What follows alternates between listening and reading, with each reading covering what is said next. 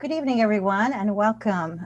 Thank you so much for joining all of us tonight for the commemoration of Kristallnacht and for Manhattan College, the 12th Frederick Schweitzer Lecture at Manhattan College. I am Dr. Mehnaz Afridi. I direct the Holocaust, Genocide, and Interfaith Education Center. And I'm really pleased to see all of you and our honored guest, Dr. Peter Hayes. But the most exciting thing tonight is that this is a very special program because in the past 2 years, a group of scholars and Holocaust, human rights, and genocide directors have been getting together, and we've had 2 conferences. And this is our first regional partnership. So our goal is together in this consortium to offer support, best practices, networks, and resources and help scholars at risk. We are a consortium that prioritizes education for our future generations through the study of the Holocaust, genocide, and human rights, and pursue what we believe is the most integral form of education, which is the liberal arts, without which we would lose the richness and complexity of the human being. We hope that our work in history, religious studies, literature, and other disciplines will help our students and the public recognize prejudice and what it is, and to pursue the eradication of racism in our midst today. I'm pleased to note that the Consortium of Higher Education Directors of the Holocaust, Genocide, and Human Rights will also be holding its 3rd meeting at Manhattan College in the summer of 2022. Tonight, we have created an important regional partnership with the Kupferberg Holocaust Center at Queensborough Community College, directed by Laura Cohen, and the Center for Holocaust and Genocide Studies at the United States Military Academy at West Point, directed by Dr. David Fry, who will be giving some opening remarks and introducing the Jewish Chapel Choir. So Laura, please take it away. Hi, everyone. Welcome to our virtual event commemoration for the 86th anniversary of Kristallnacht. I am Dr. Laura Cohen, Executive Director of the Harriet and Kenneth Kupferberg Holocaust Center at Queensborough Community College. And as Dr. Afridi said, we have a very meaningful program for you tonight. First, Dr. Fry will introduce the West Point Jewish Chapel Choir, and Dr. Afridi will then introduce our keynote speaker for this evening, Dr. Peter Hayes. Afterwards, we'll have some time for a bit of Q&A, so please use the Q&A feature on your screen. The chat has been disabled for security reasons. Now, just for a bit of context, on November 9th and 10th, 1938, an anti-Jewish pogrom took place across Germany, Austria, and parts of former Czechoslovakia. It came to be known as Kristallnacht, or the Night of Broken Glass. Nazi Party officials, the SA, also known as stormtroopers and Hitler Youth, destroyed Jewish schools and establishments, burned synagogues, looted businesses, and desecrated cemeteries. Kristallnacht marked the first time that German Jews were imprisoned on a mass scale solely because of their ethnicity. Approximately 30,000 Jewish men were sent to local prisons and detention centers. From there, many were transferred to concentration camps, including those in Dachau, Sachsenhausen, and Buchenwald, where they endured brutal treatment and hundreds died. The destruction kicked off unprecedented anti-Semitic human rights violations and mass atrocities against Jewish people in Nazi-occupied Europe in the years that followed. 6 million lives exterminated, vanquished. The Kupferberg Holocaust Center was built to evoke this painful past by piecing together shards of glass. Yet it's also a space devoted to light, life, education, and remembrance. We do this by bringing students, faculty, community members, and survivors together to realize Harriet Kupferberg's vision, using the lessons of the Holocaust to educate current and future generations about the ramifications of prejudice, racism, and stereotyping. Now, please join me in welcoming Dr. David Fry.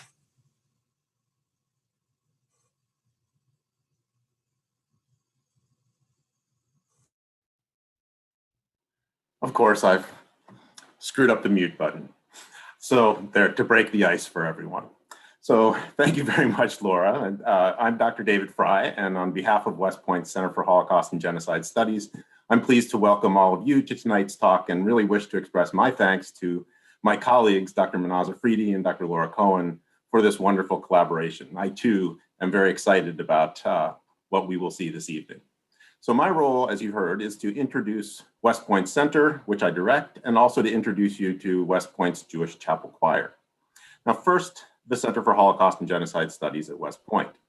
The center's mission is to instill within current and future military leaders a sophisticated understanding of the Holocaust and other instances of genocide and mass atrocity, and inspire them to prevent future atrocities in their roles as military leaders. The center provides a critical space for research, teaching, and collaboration in interdisciplinary studies of the past and present. The center is internationally recognized as a hub of teaching, research, and practice for military education and training about mass atrocity and its prevention. Its unique work ensures that the U.S. Military Academy, the Army, the Defense Department, and the entire armed forces are permanently innovating, expanding the toolbox available for detection and prevention, and educating cohorts of future officers so that they are equipped with the knowledge and skills necessary to wrestle with humanity's worst conflicts. Now, one of the ways that the center goes about this is through public education. And tonight, as Dr. Afridi mentioned, we're embarking on a new multi-university cooperative education effort through commemoration of the November pogroms, which you just heard discussed, also known as Kristallnacht. So we're going to begin our program today with two songs courtesy of West Point's Jewish Chapel Choir, which was founded in 1947. While small and masked, the choir is powerful, as are the songs they will sing for us. The first song is Sag nicht kein Mol, which is otherwise known as the Partisan Song. This song, inspired by news of the Warsaw Ghetto Uprising, was written by Hirsch Glick, an inmate of the Vilna Ghetto. Sung by Jewish partisan units, it is today sung to commemorate Jewish loss, Jewish resistance to Nazi oppression, and Jewish survival. Never say that there is only death for you. The leaden skies may be concealing days of blue, because the hour we have hungered for is near. Beneath our tread the earth shall tremble, we are here. From land of palm trees to the far-off land of snow, we shall be coming with our torment and our woe, and everywhere our blood has sunk into the earth, shall our bravery and our vigor blossom forth. We'll have the morning sun to set our day aglow, and all our yesterday shall vanish with the flow. And if the time is long before the sun appears, then let this song go like a signal through the years. This song was written with our blood and not with lead. It's not a song that summer birds sing overhead. It was a people among dropping barricades, and sang the song of ours with pistols and grenades. But never say that there is only death for you. The leaden skies may be concealing days of blue, because the hour we have hungered for is near. Beneath our tread the earth shall tremble, we are here. Because the hour we have hungered for is near. Beneath our tread the earth shall tremble, we are here. The second song you'll hear is Hatikva, which is quite well known. Hatikva was written by 19th century Hebrew poet Naftali Herz Imber, a Zionist from the area of what is today southern Poland. Its original form was as a 9-stanza ode of hope and freedom. The poem was set to music multiple times and in multiple forms. In the 1930s and 40s, Jews across Europe sang it in resistance to both the Nazi Holocaust and to Soviet terror. You'll hear a shortened version of Hatikva that is the current national anthem of Israel.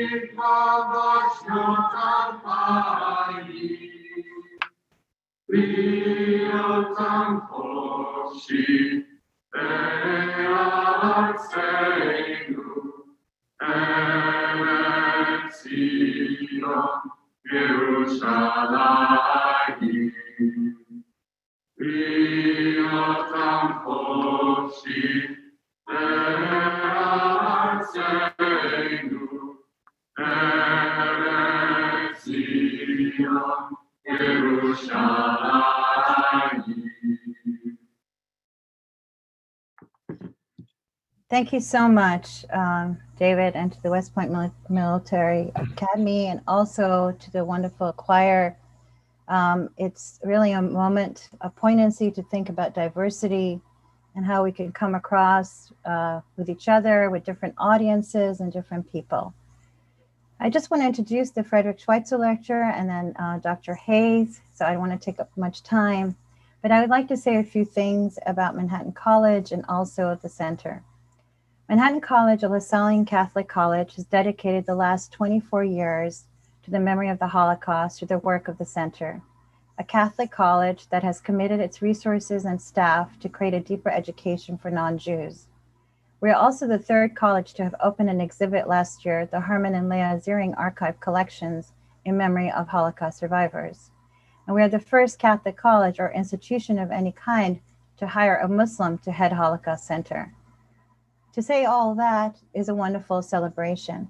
It's a wonderful celebration of diversity and acceptance of who we are with each other.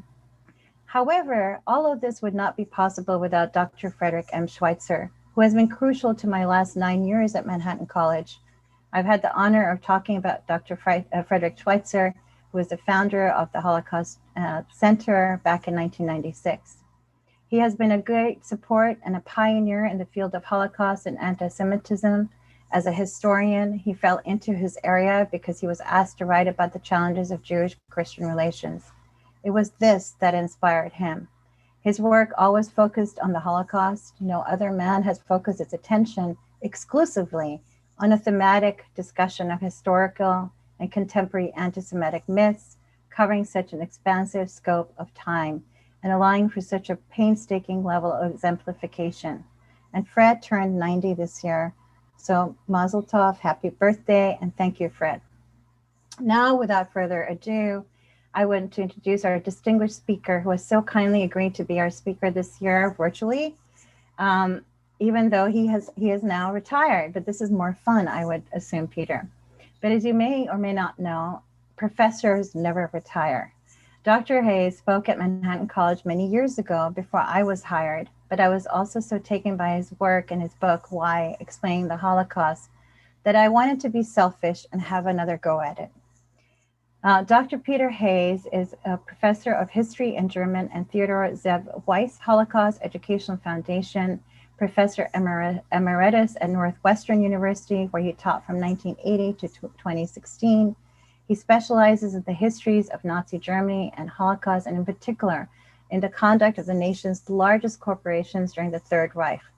Dr. Hayes is the author or editor of 13 books. I'm not going to list them, and multiple prize-winning teacher.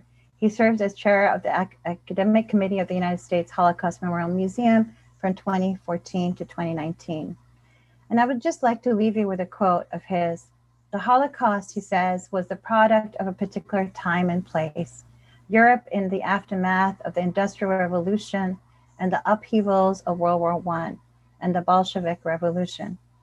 These were the contexts in which ancient hostilities toward Jews and Judaism, deeply rooted in religious rivalry, but updated with the trappings of modern science, turned into a fixation on removing Jews from civil society as a magical solution to all social problems.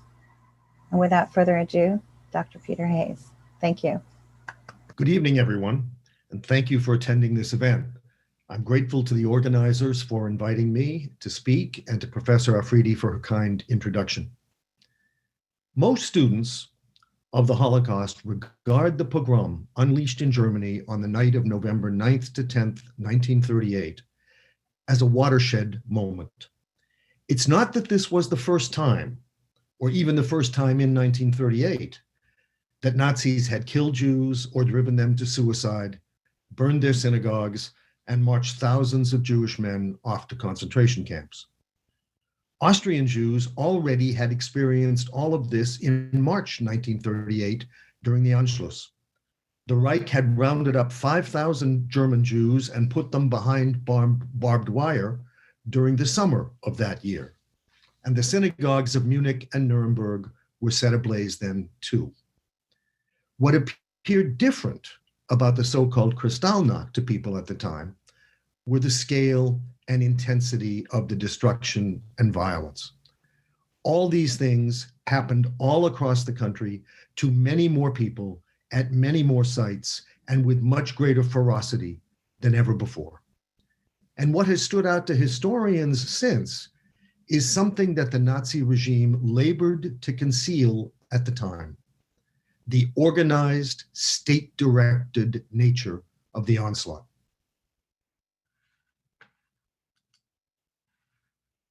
In place of the arbitrary, episodic, uneven, and often locally instigated persecution and chicanery that beset German Jews during the preceding 5 years and 9 months of Nazi rule, a new phase of official and systematic degradation, humiliation, and dispossession seemed to have arrived.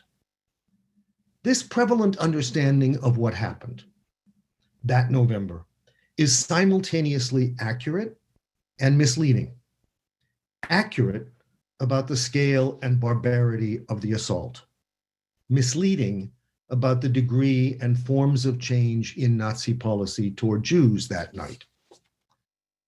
As to the scale, every dimension of the onslaught, the looting and the destruction of synagogues and residences and shops, the number of people made homeless, terrified, injured, and murdered, and the spectacle of somewhere between 26,000 and 30,000 Jewish men humiliatingly marched through the streets of the major cities on their way to deportation to camps. This vastly surpassed even the vicious rampage in Vienna several months earlier, let alone the occasional vicious assaults on Jews carried out by stormtroopers on Berlin's shopping boulevard, the Kurfürstendamm, in earlier years. Small wonder that within months, the number of applications for entry visas on file at foreign embassies and consulates in Berlin overtook the number of Jews left in Germany. Yet despite the terrifying shock of the November pogrom, it did not denote a change in Nazism's objective regarding Jews. The regime's leaders had defined this repeatedly and identically, both before Hitler came to power and in the first years thereafter. Jews and their influence had to be removed. The German word is entfernt, from the German sphere. Jews were stigmatized as Germany's incorrigible eternal enemies, sworn subversives and fifth columnists whose traitorous actions had brought about the nation's defeat in World War I and would cause the same outcome of another conflict. The sole change over time was in the Nazi regime's choice of means to achieve removal. These evolved from inducing emigration to forcing expulsion to carrying out extermination. Kristallnacht signaled the completion of the first transition and heralded the coming of the second. To understand the transitional nature of what happened in Germany that night, we have to begin with a question that good historians raise with regard to any major event. Why now? Why did the Nazi regime unleash this pogrom in November 1938 and not earlier or later? The answer lies in the shifting relationship between the Third Reich's expansionist foreign policy and its exclusionist racial one. From 1933 to 1937, the Nazi regime's pursuit of these goals ran along parallel, mutually reinforcing lines as the new rulers of Germany felt their way forward, testing what they could get away with in reasserting their nation's international power and persecuting Jews at home. After all, Hitler started from an outwardly weak position. When he came to power in January 1933, His nation had no armed forces to speak of, and his party had not yet won a majority of Germany's voters or cabinet seats. In both foreign and racial policy, he therefore proceeded with similar caution at first, combining periodic but well-spaced attacks on the status quo with reassurances about the limited and justified nature of his intentions. He sought neither war nor murder, he told foreigners and Germans, only equality and self-determination for his country and reasonable in Jews' supposedly excessive influence over the people they lived among. Thus, 15 months separated Hitler's withdrawal from the European Disarmament Conference and the League of Nations in 1933 and his renunciation of the military restrictions of the Versailles Treaty in 1935. And another 15 months separated that move from his reoccupation of the demilitarized Rhineland in 1936. In so-called racial policy, 2 years or more stood between the beginning of the expulsion of the Jews from the German civil service and cultural life in 1933 and the Nuremberg laws of 1935 that completed this process and also excluded Jews from the German military, deprived them of most citizenship rights, and forbade sexual relations between Jews and non-Jews. Almost no conspicuous restrictions followed in 1936 and 37. All the while, outbreaks of overt violence against Jews were kept to a minimum and mostly out of sight or earshot of foreign reporters. Hitler supplemented this stop and go pattern in the public pursuit of his goals in the mid-1930s with a second covert approach. To conceal the pace of German rearmament, his regime created a dummy bond issuing corporation called MEFO that in effect doubled the size of the military expenditures that were publicly reported in the national budget. To inflict more harm on Jews than his sporadic national enactments could, he allowed local party bosses and stormtrooper units to harass and threaten individual Jews or their children, ensure their social isolation, and undermine their livelihoods. In short, the Third Reich pursued its intentions behind a smokescreen.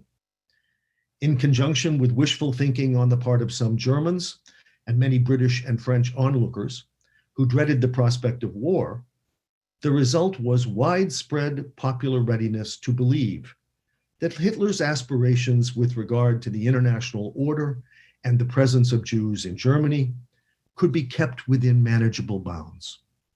This delusion underpinned the Anglo-French policy of appeasing Hitler's demands for territory, Britain's delay in rearming to face the danger of German aggression, and the general reluctance of foreign states to protest against Nazi violations of Jews' human rights or to provide adequate refuge to the victims of these violations. By late 1937, the Nazi regime's duplicity had enabled noteworthy successes. The Reich had created at least the appearance of an intimidating war machine, had begun a vast expansion of synthetic raw materials production to make Germany blockade-proof, had driven roughly 1/3 of the German Jewish population out of the country, had stripped German Jewry of almost 1/2 of its wealth. But Hitler concluded that he had merely set the stage for achieving his goals. Actually doing so meant that he now had to embark on a race against time. For one thing, he understood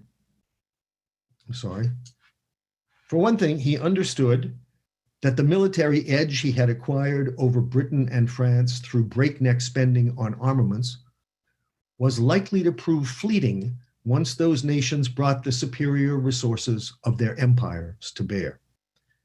At a conference in Berlin on November 5th, 1937, Hitler therefore told his senior generals and ministers that Germany would have to fight its war for living space no later than in 1943 to 45, after which the Reich's window of opportunity would close.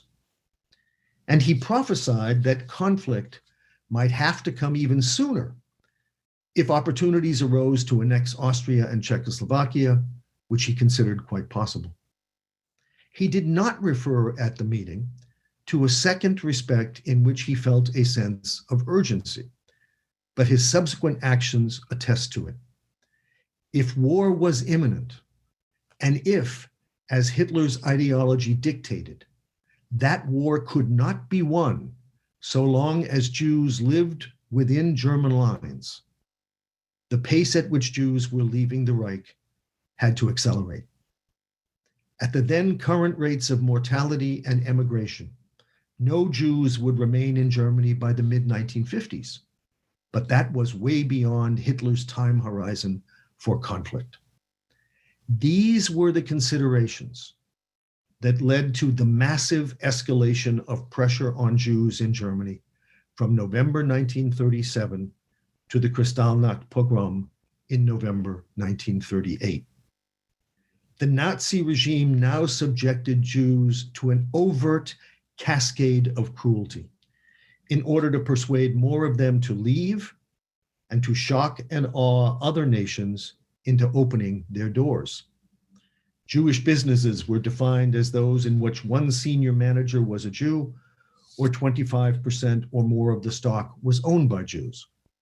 Swiftly deprived of government contracts, raw materials, and foreign currency with which to pay for imports, such firms had little choice but to fire any remaining Jewish executives and or to sell out at extortionist prices. Jewish communities lost their right to own property and had their synagogue and school sites confiscated. Jews had to complete an itemized census of their personal property, to add identifiably Jewish middle names, and to have their passports, if they held German ones, stamped with a red J. 30,000 Jews lost their jobs when the Reich forbade them to work as traveling salesmen. Thousands of Jewish doctors and lawyers saw their practices limited to serving other Jews. The government authorized municipalities to ban Jews from public streets on certain days of the week. It expelled Jews who held Soviet citizenship from the country early in 1938, and many of those who held Polish passports in October, thus setting off the chain of events that led to the Kristallnacht pogrom. But until that outburst of atrocity, the increasing pressure on German Jews led to only a small increase in the number who managed to get out of the country. The Evian Conference on Refugees in July 1938 revealed all but universal unwillingness on the part of the rest of the world to take in more Jews. Nations that had been receptive in the early 1930s, notably France, the Low Countries, and Czechoslovakia, had turned noticeably less so. In the United States, in the United States, immigration quotas continued to go unfilled as the public and the relevant divisions of the State Department balked at the admission of what were called, quote, refugees, unquote. While Britain continued to insist that it could serve only as a transit state, accepting only Jews destined for another ultimate destination, the dominions, notably Canada, South Africa, and Australia, declined to accept more than a handful of such people. Herschel Grynspann's murder in Paris of the German diplomat Ernst vom Rath, in order to draw attention to the plight of his parents, who were among the Jews the Nazis had pushed into Poland, thus gave Hitler a pretext to ratchet up the pressure. He seized the chance because 1938 had handed him the annexation of Austria in March and the acquisition of the Czech borderlands via the Munich Conference at the end of September. These victories brought Hitler face to face with the inherent contradiction between his desires for the expansion of German territory and for the exclusion of Jews from it. Obtaining the former had worked against achieving the latter, since the newly acquired territories together contained 200,000 Jews, almost as many as had emigrated from the Third Reich since 1933. This newly recognized contradiction was what propelled not only the regime's decision to unleash the violence of early November 1938, but also the emergence in Nazi leadership circles of a new way of talking and thinking about policy toward the Jews. Given the prospect of not being able to get rid of Jews faster than the growing Reich added them, a prospect made vivid by the fact that the living space Hitler targeted lay in Poland and parts of the Soviet Union that were inhabited by millions of Jews. Given these facts, officials began to give voice to the previously inconceivable. The first documented use of a new vocabulary concerning the Reich's future treatment of the Jews comes from a report by a Swiss diplomat in Paris of his conversation on November 14th, 1938, less than a week after Kristallnacht, with the number 2 man in the German Foreign Ministry, Ernst von Weizsäcker, who had come to the French capital in order to attend a memorial service for Ernst vom Rath. Over lunch with the Swiss representative, Weizsäcker darkly declared, quote, "The National Socialist Party is so deeply engaged in conflict with Jewry that it cannot turn back, cannot even stand still. The remaining Jews in Germany should immediately be deported somewhere. If no country will take them in, they surely are going sooner or later toward their complete annihilation." 10 days later, Das Schwarze Korps, the publication of the Nazi SS, which now controlled the German police, editorialized as follows, quote, "The German people are not in the least inclined to tolerate in their country hundreds of thousands of impoverished Jews. In such a situation, we would be faced with the hard necessity of exterminating the Jewish underworld by fire and sword.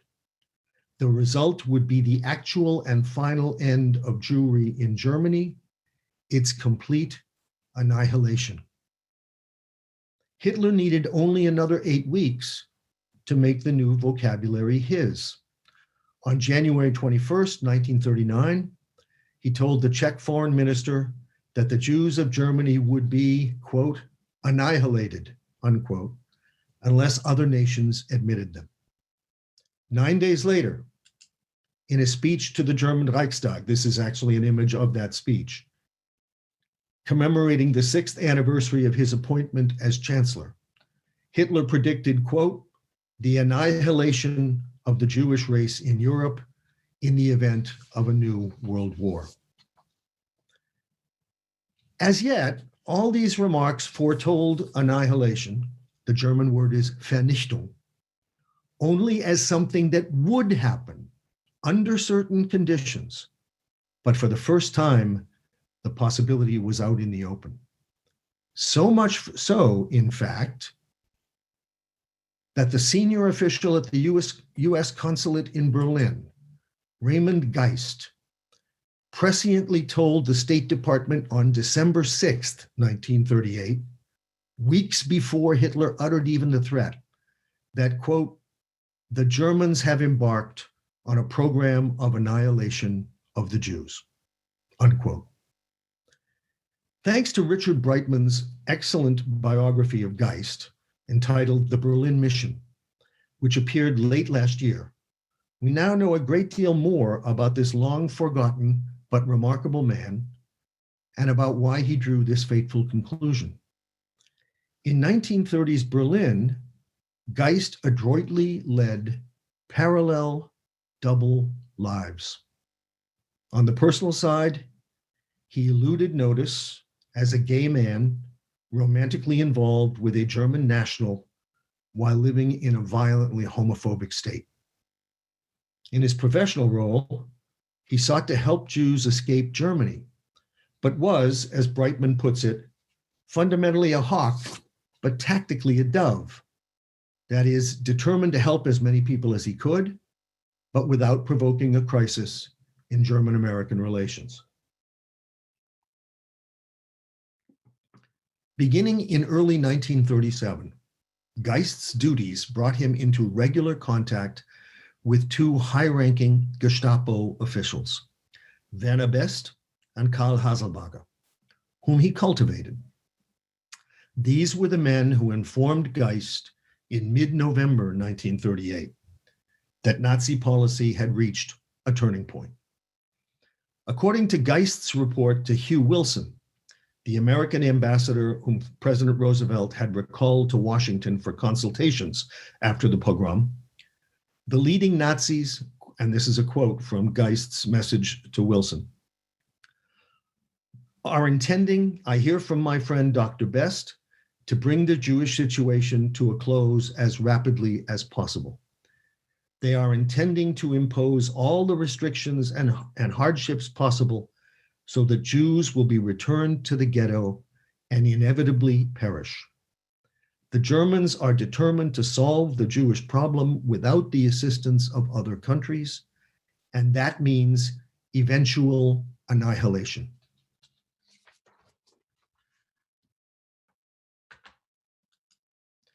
Geist's prediction came true more slowly than he expected, in part for an ironic reason.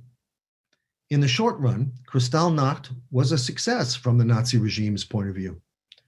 Briefly but perceptibly, the rampage pried open the doors of admission to the United Kingdom and the United States, shocking public and official opinion enough to allow about 100,000 Jews to gain access to both places before the gates narrowed again during the summer of 1939.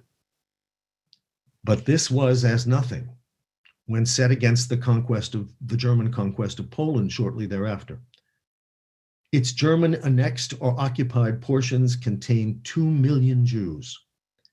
In pursuit of a Jew-free Greater Germany, the Reich clearly was chasing its own tail. Thus, official Nazi policy toward Jews in 1940 combined measures that accelerated their attrition, such as the relocation of most German Jews to so-called Jew houses and the formation of ghettos in Poland, and simultaneously prepared the way for the forcible deportation of all Jews under German control to a succession of imagined destinations, at first Madagascar, later the outer reaches of a conquered Soviet Union, beyond the Ural Mountains and above the Arctic Circle. But as each of these so-called reservations proved unachievable, all of the conditions posited by Weizsäcker, das Schwarze Korps, and Hitler in 1938-39 came to pass. The numerous Jews remaining in the Nazi sphere could not be expelled. They had become impoverished, and the war had occurred. And so, during the latter half of 1941, the fulfillment of the prophecies of 1938 took place, albeit in 2 steps. First, the Nazi regime opted to bring death to the Jews in the path of its invasion of the Soviet Union, and thus to avoid the problems of managing ghettos that had arisen in Poland. The murders initially were to be carried out by special shooting units drawn from the SS and assorted police formations, concealed from the wider world under cover of war, and justified to German witnesses as preventing sabotage and forestalling partisans, in short, as acts of self-defense. Second, just as these killing operations in the East expanded to encompass women and children as well as men. Hermann Göring directed Reinhard Heydrich of the SS to find, quote, an overall solution to the Jewish question in the entire German sphere, unquote. Heydrich and his subordinates quickly realized that they had the capacity to bring the Jews already in Germany's grasp to death by much less conspicuous and labor-intensive ways of killing than those practiced in the conquered portions of the USSR. By deporting Europe's remaining Jews to remote sites, applying the gassing methods developed during the so-called euthanasia action of 1940 to 41 against handicapped people in Germany, exploiting the cheapness and lethality of a fumigant already in use at many camps and military sites, the infamous Zyklon, and burning the bodies. The SS could achieve its dream of a Jew-free Reich in relatively short order. Consequently, the effects of Zyklon were tested on Soviet prisoners of war at Auschwitz in September 1941. Construction of a gassing installation at Belzec began in November, and a broken down manor house began functioning as a killing installation at Chelmno on December 8th. The stage was literally set for the carnage that followed between March 1942 and February 1943, when fully half the victims of the Holocaust perished in only 11 months, mostly at makeshift installations. Kristallnacht not only prompted German policymakers to predict the murderous future, but also revealed the availability of personnel to act it out.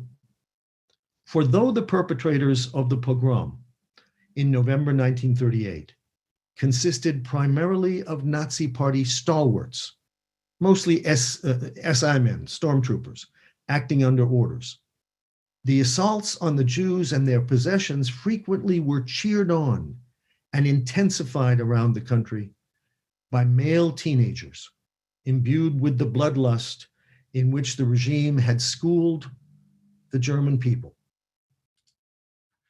This is one who had plundered a synagogue.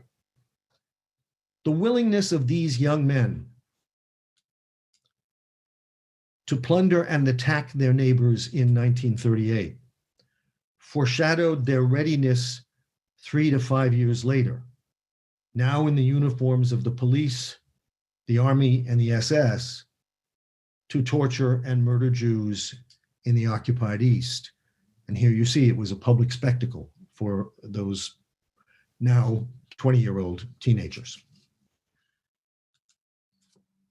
All in all, then, the pogrom of November 1938 gave rise to the thought of wholesale slaughter, though not yet the reality, and it rehearsed German youth in viciousness.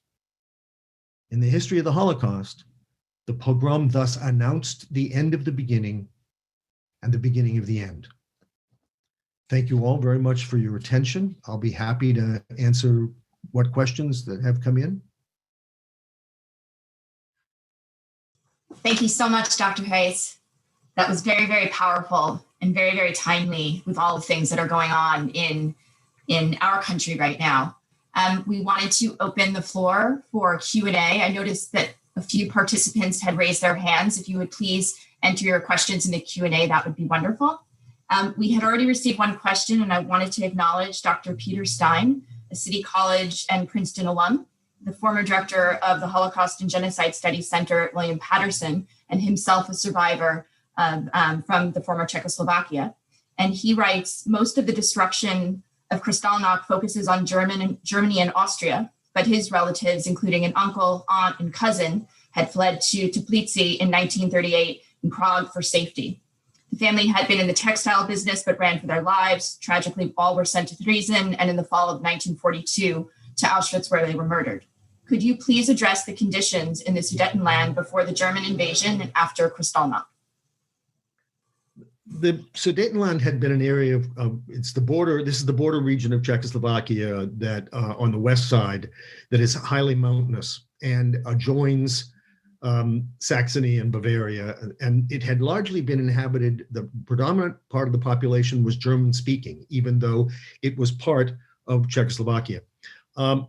The Munich conference, which gave this territory to Germany, occurred about 5 weeks before Kristallnacht, and the Germans came in to the area during the month of October. Most of the Jews who were living in the Sudetenland knew of the hostility that the Nazi regime would bring to them, and they knew it not only because of what had happened in Germany, but because of what the German-speaking population's version in the region of a Nazi party had already done to them. And so most German Jews, particularly property owners, fled the Sudetenland very fast to get back to the rump of the Czech Republic where they would be safe. And they were for 5 months. And in March of 1939, the rump of the Czech Republic was occupied by the Germans, and that's what led to first the deportation of Czech Jews to Terezin, and then later the deportation of elderly German Jews to that particular place. Things happened so abruptly in the Sudetenland because Jews who lived there knew what was coming. Peter, we have another question, and I'm actually going to link it to a third question. And it is, why did the Nazis mostly remove men first? And the tied-in question to that, asked by another attendee, is why were the Kristallnacht Jewish arrests limited primarily to men with a few women? Well, the assumption of gender roles in those days was that, women stayed home and took care of the house, and men were in control of the property. And the arrests were primarily designed in order to force men to sign over their assets to the Nazi regime. So the Nazis saw no particular purpose in arresting the women or the children, but you took the breadwinner to a camp, and you treated that person badly and you shook him down. So that was the strategy there. Now, in the Soviet Union, the shootings began with men because the shootings were justified as preventing the possibility of guerrilla resistance to the German occupation. And it was not thought that women or children would carry out the German resistance. At first, it was not thought. It was thought that men who had been militarily trained would be the source of the threat. So you kill them immediately.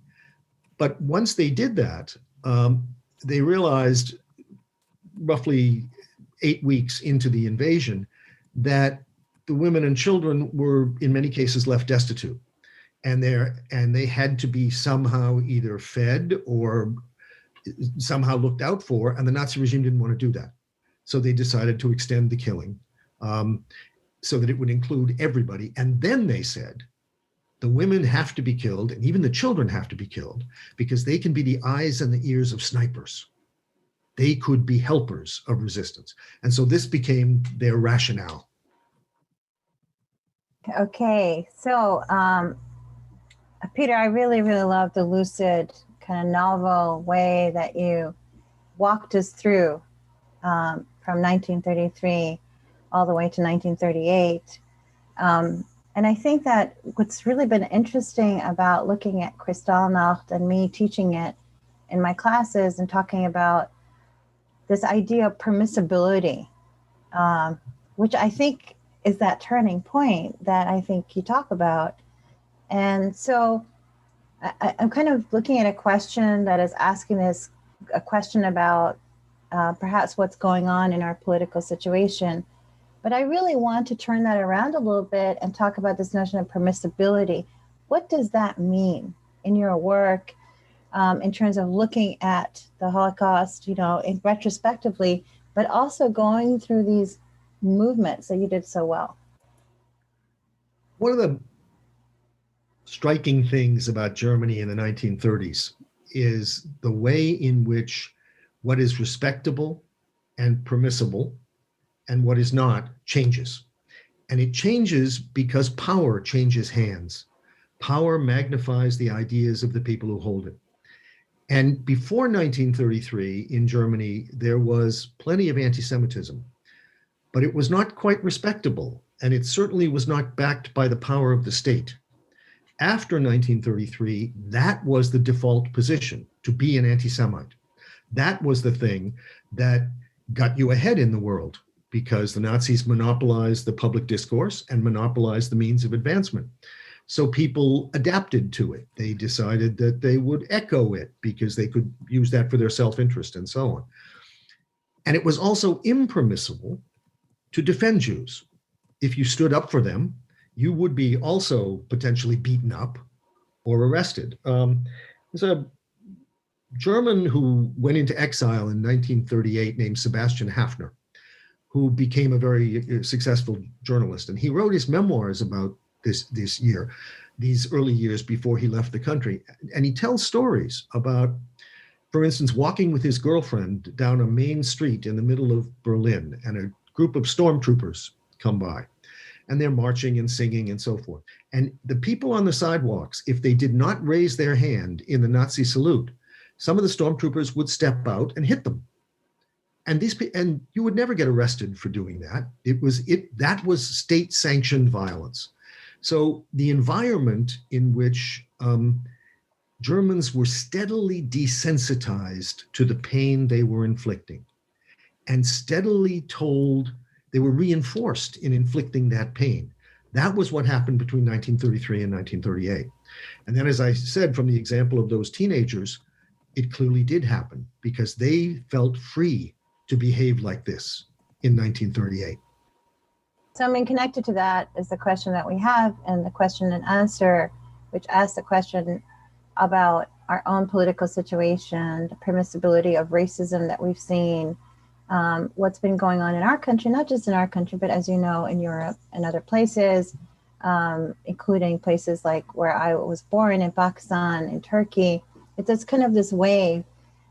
So how do, I guess the person who's asking the question is, what can we do? How can we stop this kind of wave that's going on? What are the tools that you can give us from your, scholarship? Well, the tools are on two levels, the political and the personal.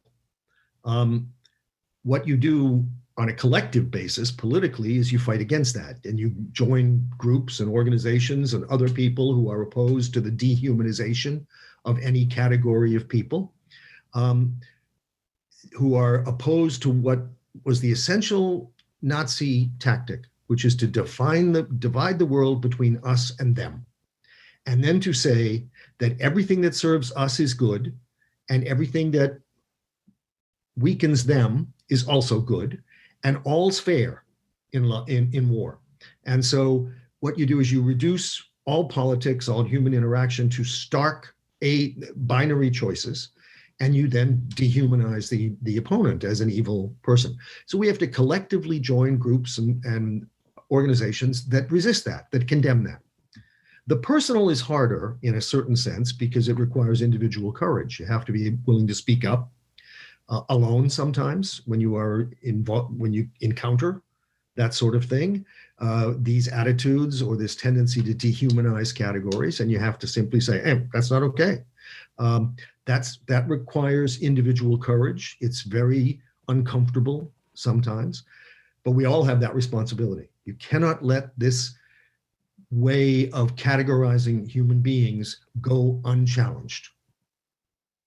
Thank you. We have one more question, and that's related to also what's going on in our society now versus then. You talked a little bit about permissibility and things becoming acceptable, especially in public discourse. And when we look at youth now and the role of Hitler Youth and the role of violence and misinformation and propaganda, I'm wondering what lessons can we draw now when there's a generation of young people who don't have this history, and this is how they're growing up, and all of the discourse that's happening around us is normal.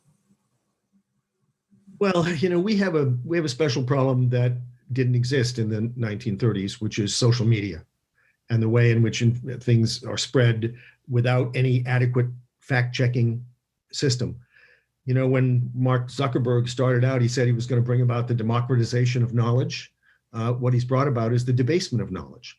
because there's no fact checking on the internet. There's no way of saying what kind of information is better than other kinds. And what was a trick of the Nazis, that regardless of them not having the internet, is first what they did is they established by definition that their opponents were lying. Goebbels' favorite, the propaganda minister, his favorite phrase as the Nazis were rising to power is die Lügenpresse, the lying press, which functions somewhat nowadays as an equivalent to nowadays the lamestream media, that kind of thing. And this is a way of distorting people's information fields, which is the first step to getting them locked into a one-side us versus them mentality. We face it all the time, and we all have to learn how to, number one, evaluate the information that comes to us, sort it out, see whether it is inspired by animus or by really an attempt to explain and know something. These are, no citizen is free of these challenges. You have to be doing this in your life all the time. So I think that, that's, I would also say to everybody on this, my first step would be I'd get off of Facebook, but I never got onto Facebook. And I never did, because the first time I heard the idea, I said, this is the worst idea I've ever heard. What an enormous time suck. So I've never gone near social media, but I do recommend to anybody to slow down, get off of it, take in your information from reputable sources, mostly things that you can read, so that you're going slowly enough to decide whether it's believable or not. Don't take in your information from network news, which is trying to agitate you most of the time. That's its principle. It's also like social media. The idea is to glue your eyeballs to the screen. And the best way of doing that is agitating you. Don't fall for it. Thank you. I think we have a few more questions, right? Maybe you want to take the one in the chat? Dr. Hayes, you answered part of this question, but one of our questioners asks that the Kristallnacht you described as a rehearsal meant to prepare Nazi youth for viciousness. Could you talk a little bit more about the other steps taken to prepare the rest of the regime to create that same permissiveness that in the question that you answered for Manaz, that creates this environment of impunity, this ability to treat someone as a non-human or less than human? Well, the central postulate of Nazi ideology is these people are out to get us, and they have been getting us for at least 100 years. So this was the first thing that Nazis kept saying: the Jews are our mortal enemies, and we're not really victimizing them. We're just defending ourselves. This was the line of the ideology. So they grew rich in our country by profiteering off of us. We're going to take all that money back. They are the forces behind our international enemies, especially they are the forces behind communism. And therefore, we have to strike against them before they can inflict those terrible things like the Bolshevik Revolution on us. So this is a kind of upside down worldview in which the Nazis postulate that these people are a mortal threat to us. And since they're a mortal threat, the smartest thing we can do is nip them in the bud, if you will, cut off the head of the snake. And so that's the central teaching. And this was drummed into Germans, because remember, there are no international newspapers even sold within the country. At train stations, that was forbidden. There are no international media that are getting across the borders and so forth. So there's a relentless propaganda machine always telling Germans the same thing over and over. And at the same time that this is happening, the day-to-day life of Germans in the 1930s is generally improving. The Nazi regime carried out the fastest recovery from the Depression of any country in the world. They did it by throwing enormous amounts of government money into the economy. most of it for rearmament purposes. But they did generate a recovery. Everybody went back to work. The standard didn't necessarily rise, but you had a little more security. And so Germans were hearing these two things simultaneously. One, the Jews are our enemy, the Jews are the threat, and so forth. And two, look what a bang-up job we're doing reviving this country. And the messages bleed into each other. And more Germans are willing to take the hostility with the prosperity. And thus, that's fine. So this is the way in which conformity and indeed even internalizing Nazi values occurs throughout German society. There's a very good historian of this era named Peter Fritschie, who has written a book called Life and Death in the Third Reich. And what he tries to trace is how Germans became Nazis, how they came to believe, because after all, when Hitler came to power, 55% of the Germans had never voted for him. I like to illustrate this story with an example from other work that I've done. I write books about corporations in Nazi Germany and their conduct. And I've written two books, one each about a chemical company, one called IG Farben, which was a giant chemical company, one called Degussa, which was a niche producer, mostly in precious metals and so forth. The thing that unites them is that in 1933, these two companies had, I quickly do the math in my head, I think it was 44 members of their boards of directors. Not a single one was a member of the Nazi Party in 1933, when Hitler came to power. Flash forward 10 years, 1943. They are using slave laborers. They factory concentration camp inmates as their laborers. They have both participated in taking over the property of Jews in Germany and in occupied countries up until that time. They are both major producers for the German war effort. And then here's the final thing. They are the partners. The two firms are partners in the company that makes Zyklon, and they sell it to the SS. Now, how do you get from 1933, these companies have no members of the boards of directors who are Nazis, and in 1943, these companies behave as if they are fully agreed, paid up members of the Nazi Party and all of its ideology? And what happens is, of course, this transformation of Germany into a murderous society. It's a transformation that occurs in part because of the economic and foreign policy successes of the Nazi regime, in part because of the propaganda, in part because many people gain from the persecution of the Jews. They get their jobs, they get their property, and all of these things. And then also this intoxication that grips the Germans after the humiliations of defeat in World War I and the Depression and so forth. In the 1930s, they looked at each other and they said, "Wir sind wieder wer." We're somebody again. And this is the way that society sort of comes together in a willingness to kill. One of the daughter of one of our advisory board members has asked the question, why, in your view, has Kristallnacht come to be called the start of the Holocaust, when, as you've said, it was actually the beginning of the end and the end of the beginning? Yeah, I think the start of the Holocaust is the moment that Adolf Hitler came to power. I don't think that you can date it any later than that. What does develop, as I said at the beginning, is the Nazis have a single objective: removing the Jews from Germany, from its territory, and from its intellectual and cultural life. And they discover what they can do in the early 1930s. They discover that they can persecute the Jews without anybody getting in their way. They can do these things because Germans don't stand up for the Jews and foreign powers don't stand up for the Jews.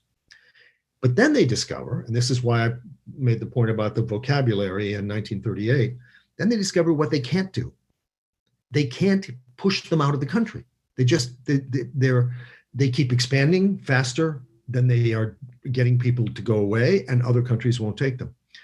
And then this third step, they can't do emigration, they can't do expulsion, they realize in 1941 that they can do extermination. And they can do it, which I didn't say in the talk, but it is important to understand, they can do it cheaply. The Holocaust does not cost much. I have worked out how much Zyklon was used to gas people at Auschwitz and Majdanek. I know how much the SS paid for that, and how many people were killed by it. And when you put those numbers together, you find out that in 1942, the cost of gassing someone was 1 US cent per corpse. So this was not difficult. The only one of the installations where the buildings were even made of stone is Birkenau. Chelmno, people are killed by marching them through the basement of an old ruined manor house. They get up on the other side and they walk into the back of vans where the exhaust tubes are hooked up to the back. The vans drive off into the forest. Everybody in the van dies. That costs only gasoline. At Sobibor and Treblinka and Belzec, the carbon monoxide is generated from captured Soviet tank engines. The only cost is gasoline. All the buildings are made out of wood. The first gas chamber, well, there are 2 rounds of gas chambers at each of these places, but the first round wasn't even made out of bricks. And then later they're replaced with brick walls. But it's incredibly cheap to create installations at which tens of thousands, hundreds of thousands of people are killed. So they discover that they can do this. They've run out of options and they decide, why not? It's during war. We can conceal what's happening in the East. And then in Western Europe, where people might see if we did the same things, we'll just take the people and take them out to the East and kill them. And so this is how they learn. But their goal is consistent all the time. They want to remove the Jews from German life because they claim the Jews are their mortal enemies and threats. And once you give yourself over to this kind of a paranoid belief, then there's no limit to it. There's no way of talking people out of that. Peter, we actually have a question about events that occurred in other countries around the time of Kristallnacht. So there were also responses in Paris that some of our audience has raised. One indicated that around the time of Kristallnacht, her father was arrested, interrogated in Paris, and given 24 hours to leave and return to Poland. And that, if you could explain how that was linked to the, perhaps to the Greenspan, the assassination of the German emissary. In the French government at this time, roughly parallel to Kristallnacht, that is the fall of 1938, that is the high point in pre-war France of the appeasement policy. The foreign minister at the time, I think it was Bonnet, was himself an anti-Semite and was deeply determined not to offend the Germans. In fact, a month after, 3 weeks, I think, after Kristallnacht, France and Germany signed a new treaty of amity and cooperation and so on. So the willingness, there were a great many people in France who blamed the Jews for what was happening to them in Germany and blamed them for disrupting German-French relations, which is, when we look back on that, we think this too is an upside down way of understanding the world. But so that's why there might have been this kind of action against an individual who was not a French. Remember, Greenspan was in France because he was illegally there, living with his uncle and aunt. And after he shot Ernst von Rath and was arrested, the uncle and the aunt were prosecuted for having harbored him because he didn't have a visa. So this was the environment in France at the time. Preserving good relations with the Germans is more important than what's happening to the Jews. Okay, I have one last question and we'll close. So, you talked a lot about propaganda and internalized propaganda, not allowing international news in, and sort of the default was the anti-Semite. You just became that, and it was not something that was spoken about until the permissibility of it, right? The actions against Jews. So the question is really about the populist movement today, and also Trump supporters, and how we look at that propaganda and how that's internalized in terms of many of the populist movements that I even mentioned before.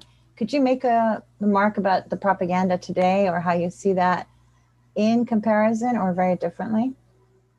Well, I could say a lot of things about this, and I want to be fair to people who sympathize with Donald Trump. They have lots of different reasons. They're not all alike. I don't want to lump them all together and so forth. But ever since Trump was elected, I have said, because right in 2016, there were lots of people asking, do you hear the footsteps of 1933? Do you and so on? And I said, no, I think Donald Trump is as American as apple pie. We have been through this before. We've had these phases in our history: McCarthyism, the Red Scare after World War I, anti-immigrant feeling in the 1880s, which was predominantly directed at Catholics, anti-immigrant feeling in the 1840s, which was also predominantly directed at Catholics. We've had these things before. What does alarm me as a parallel is the mentality of some of the followers who really do have an us against them notion, who really do have a sense that there are some people who are more American than others, which is, of course, you don't have to know much about American history to know what a fallacy that is. And because what this country is in any decade is a different population mix from the decade before. And that's the way in which we have evolved and succeeded. But so I do see things that are said in the name of antiquated ideas that trouble me and worry me. It's very hard to check these because they're not, no one can rationally believe that we are the master race, which Nazism taught. No one can rationally believe that. And I look at the headline today about the possibility of a vaccine. The inventors of that vaccine are German Turks who live in Mainz. They are the people who founded the company that is the partner to Pfizer that has produced this. Now, isn't that the most wonderful argument against master race thinking that has occurred recently? These are people who are immigrants to Germany, who have just done an enormous service, not only to that country, but to the world. So, you can't rationally believe in these things, and therefore it's very hard to talk people who do believe in them out of them. But we all have to guard against this. We all have to constantly be saying that we have to take each other as we are and live with each other. On that note, that's a wonderful note to end on. I just really want to thank you, Dr. Hayes and Dr. Cohen and Dr. Fry. This is a wonderful partnership. And I want to say that, time can be uncertain, but I think your, very good point about social media and news and knowledge, and know your research and know what you're saying and be aware and be educated. And that is what we are all about here. All of us partners, we're all about education. We care about our students. We care about our future. We care about our communities. And that's what we can do for each other. So I really thank you so much, Peter, and I hope we'll be in touch again. Glad to help. Thank you so much. Yeah. Yay. Let's hear the applause. We should have some applause in the back. Okay. Good night. Good night, everyone. Good night. Be well. Bye-bye.